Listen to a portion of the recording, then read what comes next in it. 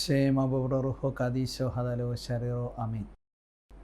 കർത്താവിൽ എത്രയും സ്നേഹം നിറഞ്ഞ ശലോം പ്രേക്ഷകരെ, പരിശുദ്ധ ദൈവമാതാവായ കന്യമറിയം അമ്മയുടെ ജനന പെരുന്നാൾ സെപ്റ്റംബർ മാസം 8-ാം തീയതി നാം ആഘോഷിക്കുകയാണല്ലോ.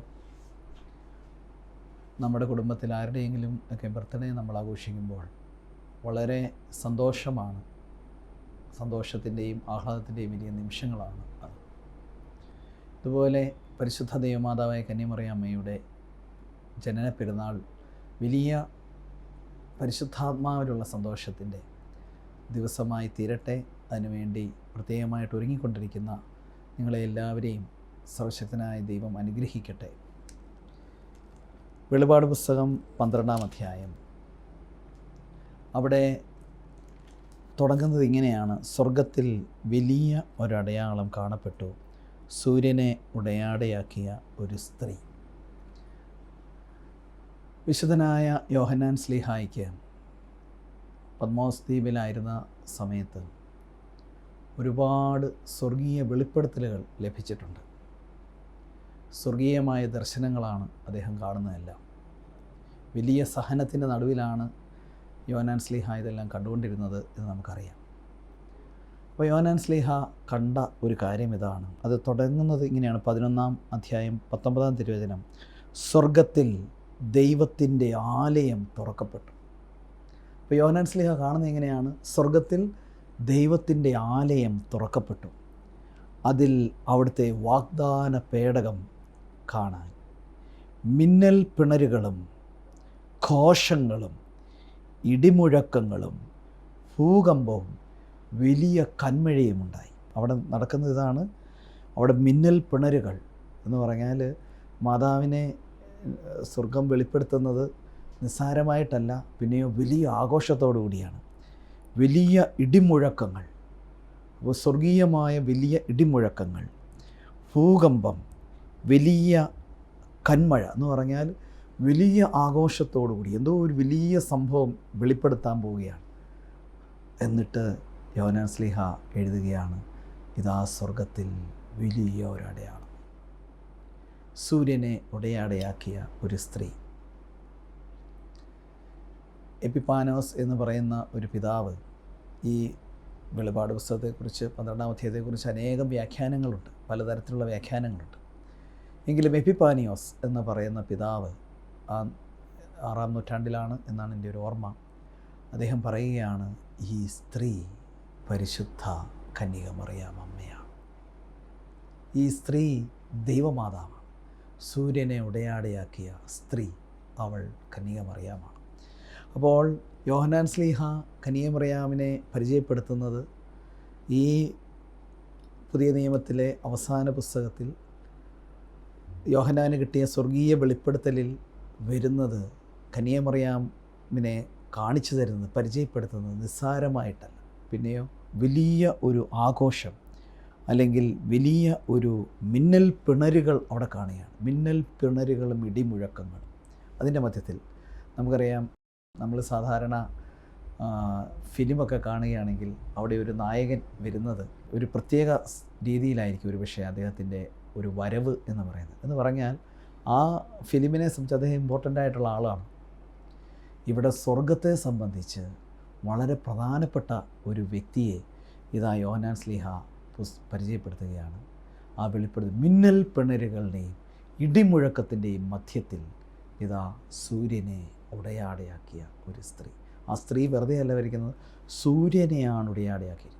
പ്രകാശം ഉടയാടയാക്കി വരികയാണെന്ന് പറയാൻ വലിയ പ്രകാശത്തിലാണ് യോഹന്നാൻ ശ്ലീഹ ഇത് കാണുന്നത്. ഈ ദർശനം കണ്ടുകൊണ്ടിരിക്കുകയാണ്. ആ വെളിപ്പെടുത്തൽ, സ്വർഗീയ വെളിപ്പെടുത്തൽ ഇങ്ങനെ കണ്ടുകൊണ്ടിരിക്കുകയാണ്. അദ്ദേഹം അത് എഴുതുകയാണ്. ഇനിയും അവളുടെ ശിരസിൽ അവൾ വരുന്നത് സ്വർഗത്തിലെ രാജ്ഞിയായിട്ടാണ്. ഈ സ്ത്രീ വരുന്നത് ഒരു സാധാരണ സ്ത്രീയായിട്ടല്ല വരുന്നത്, പിന്നെയോ രാജ്ഞിയായിട്ടാണ്, സ്വർഗീയ രാജ്ഞിയായിട്ടാണ് വരുന്നത്. കാരണം അവളുടെ തലയിൽ അപ്പോൾ 12 നക്ഷത്രങ്ങൾ കൊണ്ടുള്ള ഒരു കിരീടം കാണാം. 12 നക്ഷത്രങ്ങൾ അവിടെ കാണുകയാണ്. അങ്ങനെ വലിയൊരു കിരീടം. ഇനിയും ഇവിടെ പറയുകയാണ്, ഈ സ്ത്രീ, ഈ പരിശുദ്ധ ദൈവമാതാവായ കന്യക മറിയം അമ്മയാണ്. ഈ സ്ത്രീയെ യോഹന്നാൻ ശ്ലീഹ ഇങ്ങനെ ദർശനത്തിൽ കാണുന്നു. അതോടൊപ്പം തന്നെ മറ്റൊരു ദർശനവും കാണുന്നുണ്ട്. ഇതാ ആകാശത്തിൽ വേറൊരു അടയാളം കൂടി കാണുകയാണ്. ആകാശത്തിൽ ഈ അടയാളമുണ്ട്, മാതാവിൻ്റെ അടയാളമുണ്ട്, അതോടൊപ്പം തന്നെ മറ്റൊരടയാളം കാണുകയാണ്. അതാ അഗ്നിമയനായ ഒരു ഉഗ്രസർപ്പം. അപ്പോൾ ഇങ്ങേ സൈഡിൽ നിൽക്കുന്നത് ഒരു ഉഗ്രസർപ്പമാണ് എന്നിട്ട് അതാരാണെന്നും കൊണ്ട് എഴുതിയിരിക്കുകയാണ്. ആ സർപ്പത്തിൻ്റെ ഒരു പ്രത്യേകത, അതും 7 തലയും 10 കൊമ്പും അതിൻ്റെ തലയിലുമുണ്ട് 7 കിരീടങ്ങൾ.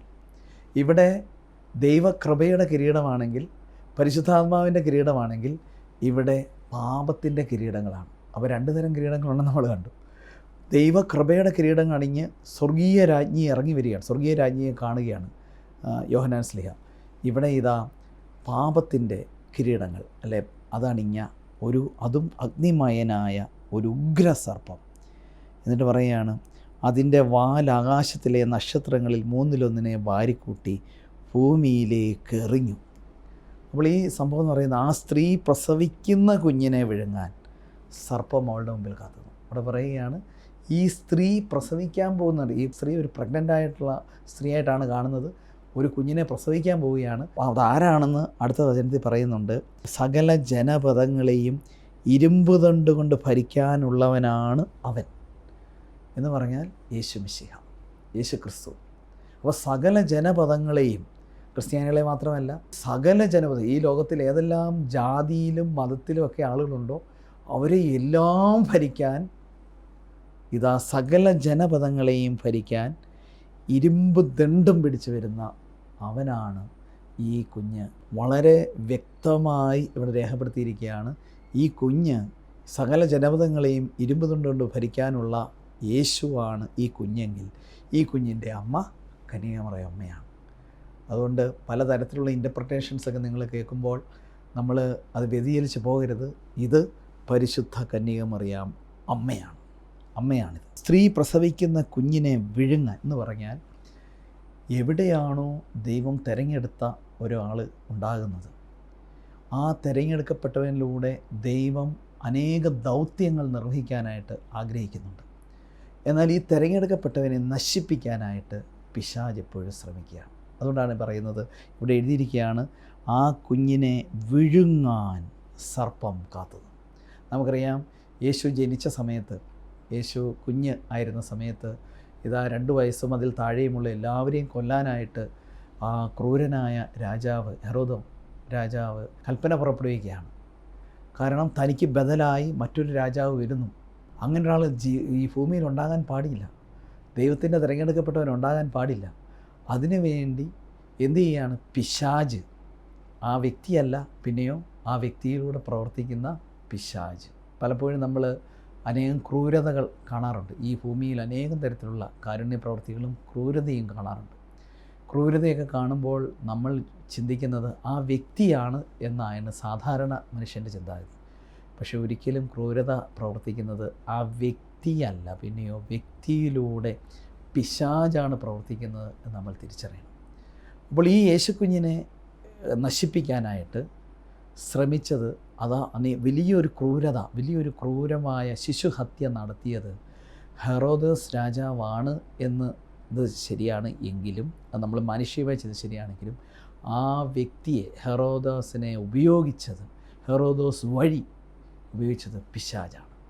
അതുകൊണ്ട് തന്നെ നമ്മളിവിടെ കാണുന്ന 2 വൻ ശക്തികളെ നമ്മളിങ്ങനെ കാണുകയാണ്. ഒന്ന്, മാതാവ് സൂര്യനെ ഉടയാടിയാക്കിയ ഒരു സ്ത്രീ, ഇങ്ങേ സൈഡിൽ ഒരു ഉഗ്രസർപ്പം. ഇവർ തമ്മിൽ ഒരിക്കലും ചേരുകയില്ല. ഈ ദൈവിക ശക്തി, പൈശാചിക ശക്തി, ഇത് തമ്മിൽ ഒരിക്കലും ചേരുന്ന, നമുക്ക് ദൈവത്തിൻ്റെ നേരെ ഓപ്പോസിറ്റാണ് പിശാച്. ഇവിടെ യോഹന്നാൻ വെളിപ്പെടുത്തി തരികയാണ്, നമുക്ക് പിശാചിനെ തോൽപ്പിക്കാനാണ് യേശുക്രിസ്തു വന്നത്. യേശുക്രിസ്തു വന്ന പിശാചിനെ തോൽപ്പിക്കാനാണ്. പക്ഷേ നമ്മളെ സംബന്ധിച്ച് എങ്ങനെയാണ്, ആരുടെ സഹായം അതിനേറ്റവും ലഭിക്കും എന്നുള്ളത് ഇവിടെ പറയുകയാണ്. താഴോട്ട് വായിച്ചു കഴിയുമ്പോൾ ഈ പുരാതന സർപ്പത്തെക്കുറിച്ച് 9-ാമത്തെ വാക്യത്തിൽ പറയുന്നുണ്ട്, ആ വലിയ സർപ്പം സർവ്വലോകത്തെയും വഞ്ചിക്കുന്ന സാത്താനെന്നും പിശാചെന്നും വിളിക്കപ്പെടുന്ന പുരാതന സർപ്പം. അപ്പോൾ അത് ക്ലിയറായിട്ട് എഴുതിയിരിക്കുകയാണ്. സർപ്പം ആരാണ്? സർപ്പം ഇതാണ്, സർവ്വലോകത്തെയും വഞ്ചിക്കുന്ന സാത്താനെന്നും പിശാചെന്നും വിളിക്കപ്പെടുന്ന പുരാതന സർപ്പം. ഭൂമിയിലേക്ക് വലിച്ചെറിയപ്പെട്ടു. അവൻ്റെ കൂടെ അവൻ്റെ മാലാഖമാരും വന്നു. അവൻ്റെ കുറേ ദൂതന്മാരുമുണ്ട്, പൈശാചിക ദൂതന്മാർ. ആ 12-ാം അധ്യായം താഴോട്ട് വരുമ്പോൾ 11-ാമത്തെ തിരുവെഴുത്തിൽ പറയുകയാണ്, കുഞ്ഞാടിൻ്റെ രക്തം കൊണ്ടും സ്വന്തം സാക്ഷ്യത്തിൻ്റെ വചനം കൊണ്ടും അവൻ്റെ മേൽ വിജയം നേടി. പിശാചിനെ തോൽപ്പിക്കാനുള്ള ഏറ്റവും വലിയ ആയുധം എന്ന് പറയുന്നത് കുഞ്ഞാടിൻ്റെ രക്തമാണ്. ഇതാ ലോകത്തിൻ്റെ പാപം നീക്കുന്ന ദൈവത്തിൻ്റെ കുഞ്ഞാട്.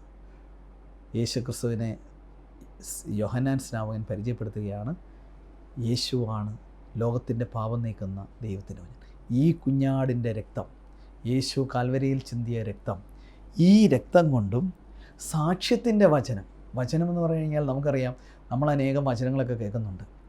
ഇന്നാണെങ്കിൽ നമ്മുടെ ദൃശ്യമാധ്യമങ്ങളിലൂടെ അനേകം വചനം പ്രഘോഷിക്കുകയുണ്ട്.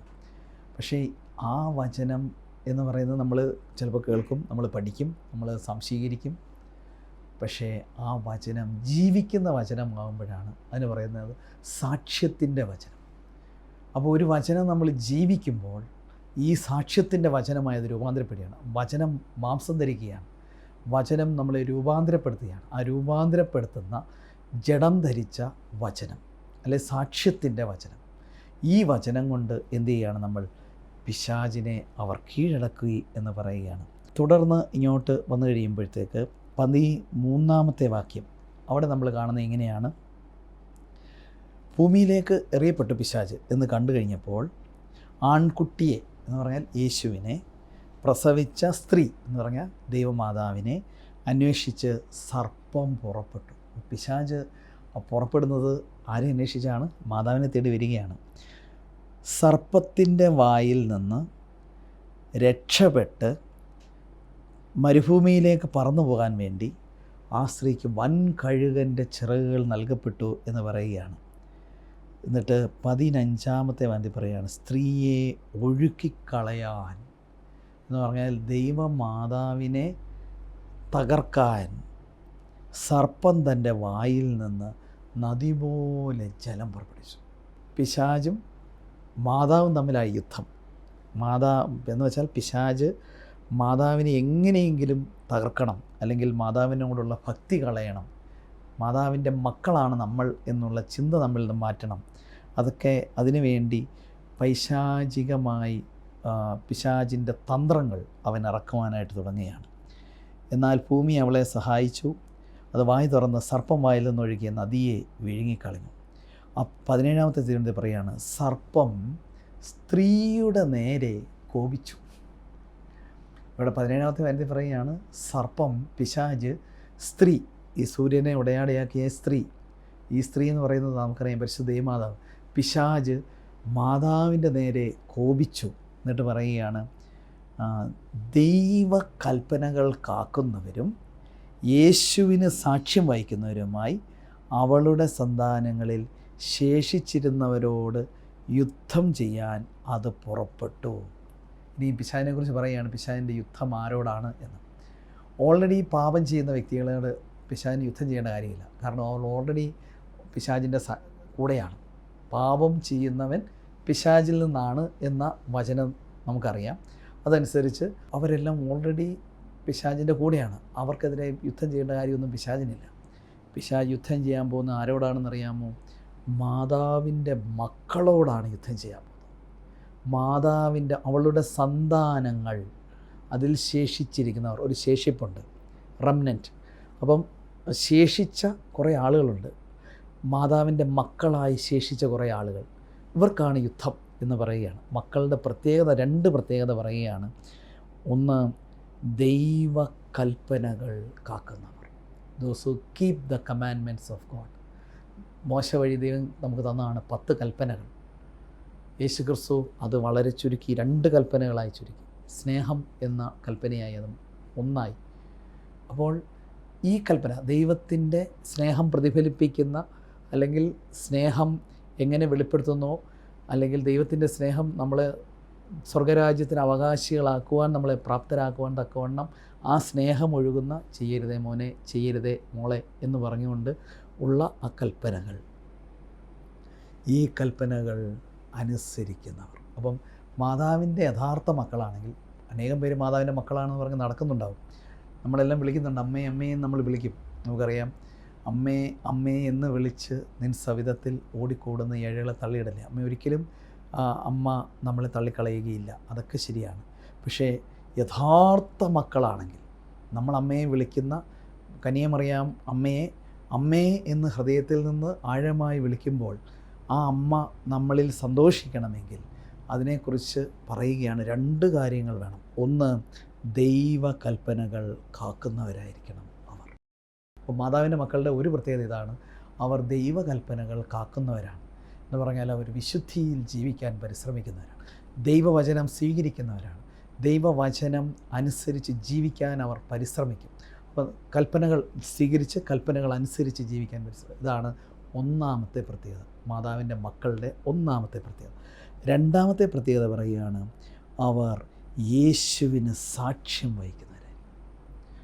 അവരുടെ ജീവിതം, നമുക്കൊക്കെ വാക്കുകളിൽ നമ്മൾ യേശുവിനെ സാക്ഷ്യം വഹിക്കണം, അങ്ങനെയല്ല. പക്ഷെ വാക്കുകളിലുപരി ജീവിതം, സാക്ഷ്യമുള്ള ജീവിതം, യേശു ക്രിസ്തുവിന് സാക്ഷ്യം വഹിക്കുന്ന ജീവിതമാണ് നമുക്കുള്ളതെങ്കിൽ നമ്മൾ യഥാർത്ഥത്തിൽ മാതാവിൻ്റെ മക്കളായിത്തീരും. ഇങ്ങനെ ദൈവകൽപ്പനകൾ കാക്കുന്നവരും യേശുവിന് സാക്ഷ്യം വഹിക്കുന്നവരുമായ അവളുടെ സന്താനങ്ങളിൽ എന്ന് പറഞ്ഞാൽ മാതാവിൻ്റെ മക്കൾ നമ്മളോട് യുദ്ധം ചെയ്യാൻ അത് പുറപ്പെട്ടു. അപ്പോൾ നമുക്ക് എന്നും ഒരു യുദ്ധമുണ്ട്. പക്ഷെ നമുക്കറിയാം, ദൈവം സ്നേഹമാണ്. ദൈവം സ്നേഹമാണെങ്കിൽ നമുക്കറിയാം, സ്നേഹത്തിന് നേരെ ഓപ്പോസിറ്റാണ് വെറുപ്പ് എന്ന് പറയുന്നത്. അപ്പോൾ നമ്മളോട് യുദ്ധം ചെയ്യാൻ യേശുവിന് സാക്ഷ്യം വഹിക്കുന്നവർ ദൈവസ്നേഹം ലോകത്തിന് കൊടുക്കാനായി വിളിക്കപ്പെട്ടവരാണ്. കർത്താവ് തൻ്റെ സ്നേഹം പരിശുദ്ധാത്മാവിലൂടെ നമ്മിലൂടെ ചൊരിഞ്ഞ് നമ്മിൽ നിന്ന് മറ്റുള്ളവരിലേക്ക് ഈ സ്നേഹം ഒഴുകാനാണ് ദൈവം ആഗ്രഹിക്കുന്നത്. ഒരു ക്രിസ്ത്യാനിയെ സംബന്ധിച്ച് അമ്മയുള്ളിടത്ത് സ്നേഹമുണ്ട് എന്ന് പറഞ്ഞാൽ, ദൈവത്തിൻ്റെ അമ്മയുള്ളിടത്ത് ദൈവസ്നേഹമാണ് അവിടെ.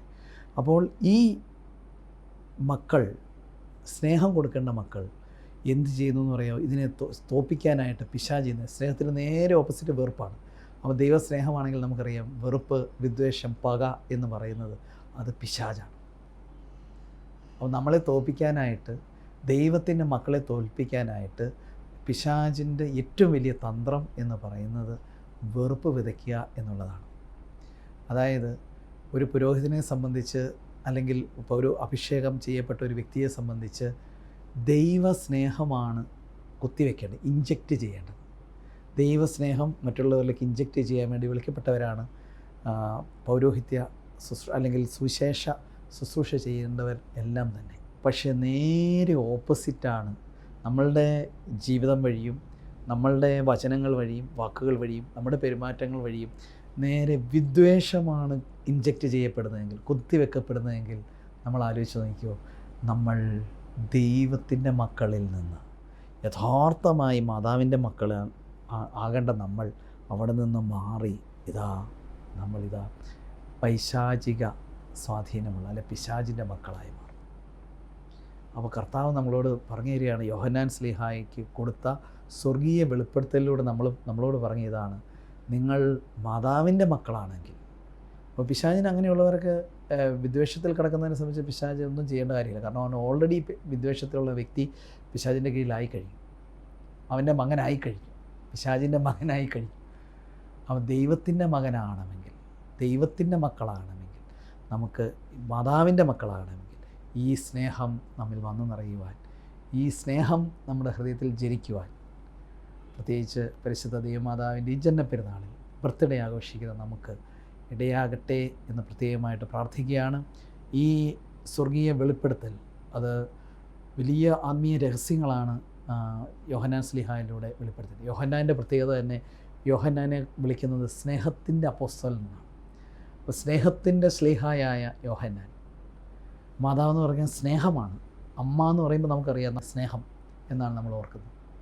അപ്പോൾ ദൈവത്തിൻ്റെ അമ്മ എന്ന് പറയുമ്പോൾ ദൈവത്തിൻ്റെ സ്നേഹം നിറഞ്ഞു നിൽക്കുന്ന, യേശുവിനെ ഭൂമിക്ക് നൽകുവാൻ, മനുഷ്യരാശിക്ക് നൽകുവാൻ ദൈവം തിരഞ്ഞെടുത്ത ആ സ്നേഹമാണ് മാതാവെങ്കിൽ, പ്രിയപ്പെട്ടവരെ, സ്നേഹത്തിന് വിപരീതമായി നമ്മിലുള്ള വെറുപ്പും വിദ്വേഷവും പകയും വൈരാഗ്യവും പ്രതികാരവുമൊക്കെ ഈ 8 നോയമ്പ് പെരുന്നാളിൽ അതെല്ലാം പിശാചിൻ്റെ പ്രവർത്തനങ്ങളാണ് എന്ന് തിരിച്ചറിയുവാനും, പിശാചാണ് നമ്മിലേക്ക് ഈ അമ്പുകൾ അയക്കുന്നത്, ഇത് ഇഞ്ചക്റ്റ് ചെയ്യുന്നത് പിശാചാണ് എന്ന് തിരിച്ചറിയുവാനും ഈ 8 നോയമ്പ് പെരുന്നാൾ നമുക്കിടയാകട്ടെ എന്ന് പ്രാർത്ഥിക്കുന്നു.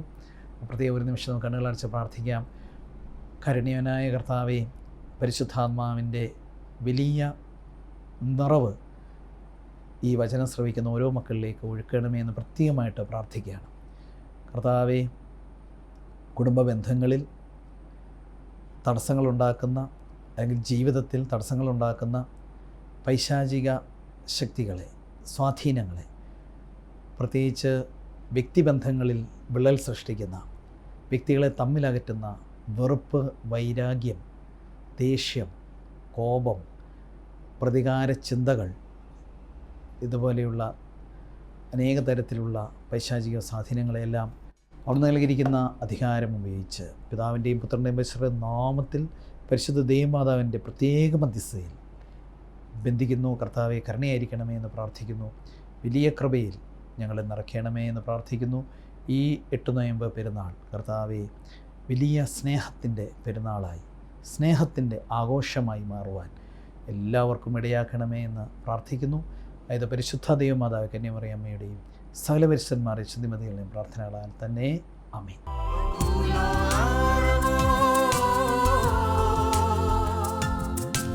Devo